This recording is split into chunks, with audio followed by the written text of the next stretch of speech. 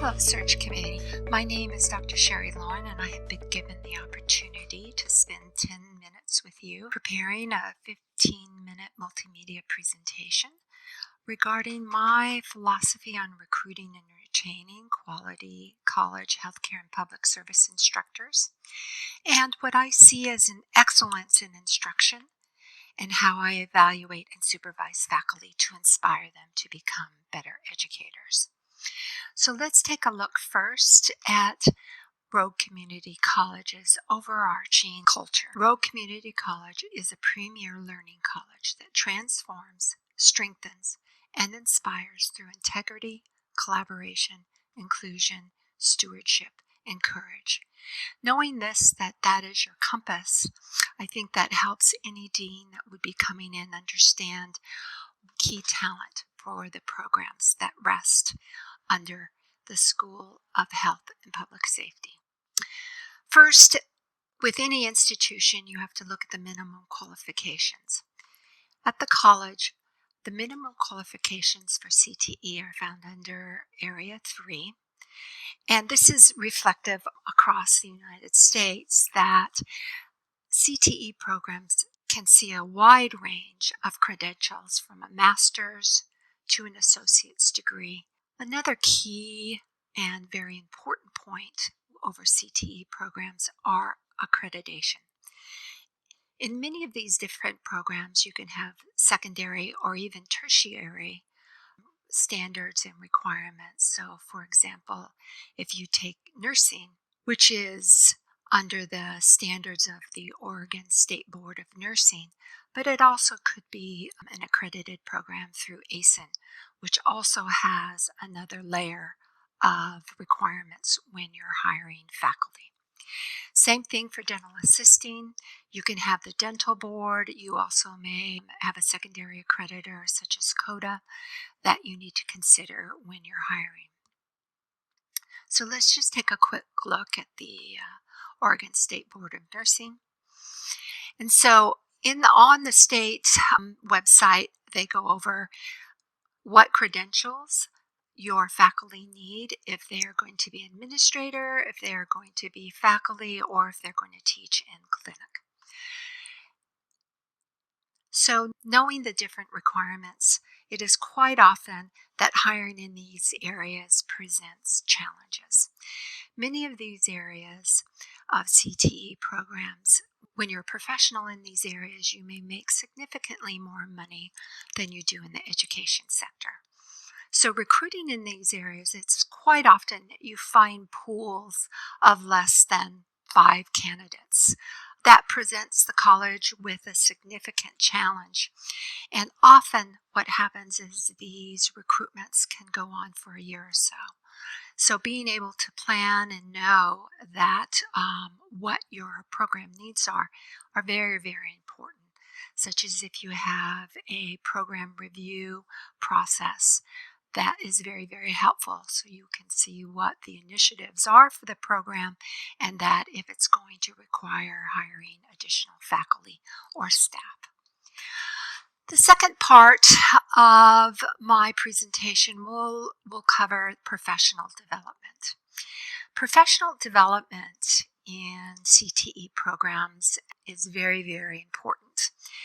I believe that the continuing development of faculty is very critical to the life of programs. But there's different dimensions. It's simply not just continuing development in one area. It's multicentric. And to understand that as a dean is very important because you have to advocate and help find the funds to be able to send faculty to these different conferences or events that will invest in the faculty themselves.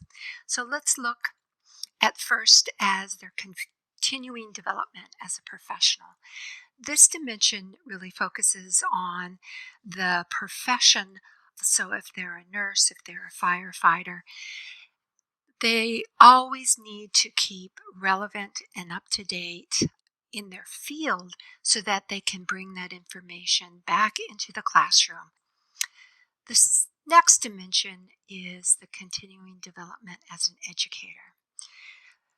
So when we do hire key talent, it is quite often that they don't have a background in pedagogy, as you see in the academic programs. Quite often we'll have a nurse that's right off the floor, or we will have a firefighter that came in right from the field. And at that point, it's very, very critical to be able to invest in them as an educator. And that means that if the college has like a first year experience for education, if not, as a dean, I have looked for outside opportunities for faculty at conferences, but it's really, really critical to know that when we bring them on, that this dimension of their career growth is really critical. And then being able to develop them into becoming a full-time faculty in all the dimensions that are required. The next is the continuing development in technology. This is technology both as an educator and as a professional. So we know that technology is impacting all of our lives in very different dimensions. And thus, too, as an educator and a professional, faculty will always feel challenged that they need to have time to be able to learn the new widget or the new application, or in the sense as if you're in medicine, the new technology that's come in that's driving different procedures and different standards of care. Then also, and I find this the most critical, is that without having faculty going out and gaining the synergy that happens with meeting with others in a forum where they're away from the college, hearing different ideas and thoughts and standards of practice in other colleges, that key aspect allows for innovation and inspiration when they bring it back to the institution. So having the faculty able to share and to lead and take on and shepherd new initiatives is through this professional development. And finally, for the administrators of that program, they have to be able to go to the conferences such as the State Board of Nursing or ACEN conference or other conferences where they learn what the new standards and requirements are. So in the areas of CTE, this is a very critical part of faculty development. Next, let's look at teaching excellence. In CTE programs, we find that, as I had said before, we're generally bringing career professionals into a whole new career. And while they are, hopefully as we hired them, while they excel in their primary career, such as being a nurse, being a dental assistant, when we bring them into the world of education, this is a brand new experience for most of them. For many of us who have been in education for many, many years, understanding it through the eyes of a new faculty is very critical.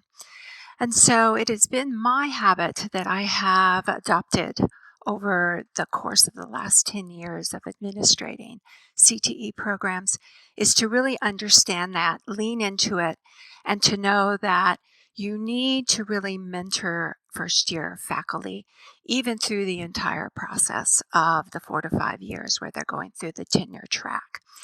And to be able to chunk out those objectives that you have for the faculty and not overwhelm them initially regarding all the dimensions of becoming a teacher of excellence.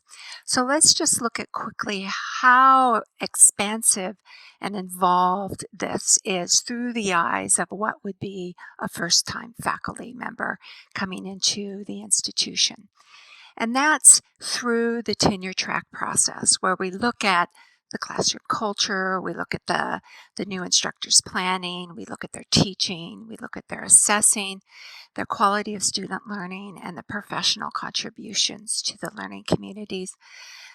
Let's drill down on that for just a moment. So, looking at the classroom culture and understanding for the first year faculty what dimensions that we really look at, and then being able to help them through this through productive feedback and through very targeted feedback. And so the classroom culture may be very intuitive for some and perhaps not intuitive for others. They may struggle with student behavior. They may struggle with setting routines and procedures. They may feel that their physical environment isn't conducive to what they need to teach.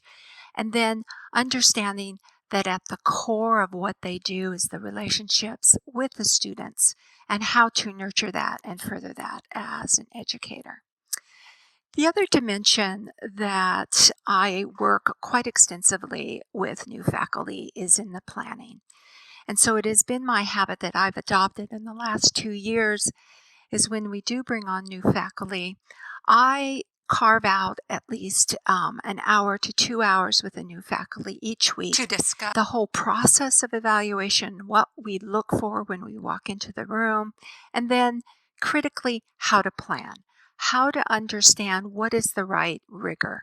So even in that one statement of what is the rigor of the course, underneath that lies cognitive theories, there's Bloom's, being able to walk the new faculty through that and help them at least start on their pathway of this very, very complex area that will help them be better instructors and understand that when they go in there, if the objective or if the learning outcome has a certain level, how they can align their materials to that level to be able to get the outcome that we're looking for with students. Another dimension is teaching, assisting the new faculty with new ideas on active learning, how to engage students, how to personalize their instruction, how to know that what the difference is them standing in front of the classroom is the reason why we hired them. Then assessing, and this is a critical part that a lot of new faculty struggle with, is they may understand to teach at a certain Bloom's level where they're aligning their curriculum and their learning opportunities to that level.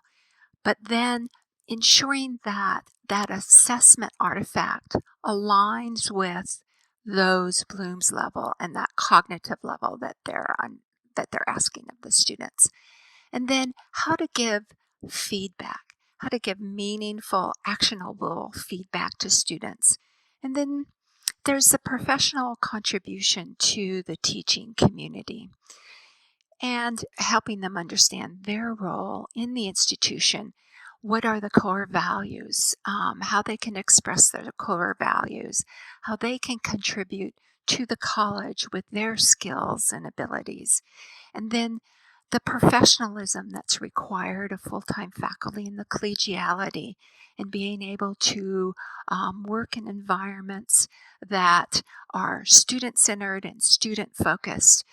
And then finally, the quality of learning. And this is really helping the new faculty understand that there's dimensions to students, that we just don't go in and do the old pattern where you go in and you lecture and you leave. That faculty are committed to the academic growth, so the didactic, the conceptual understanding for students, but also the performative growth, being able to do those tasks that they will be required to do in their careers, and that part of their role as a faculty member is being able to help students learn those critical thinking skills that they'll need in their profession, and being able to be good communicators, how to take on that role that they need to take on as a professional. So as I close out this presentation, I want to thank you for the opportunity to be able to present. Thank you for your time.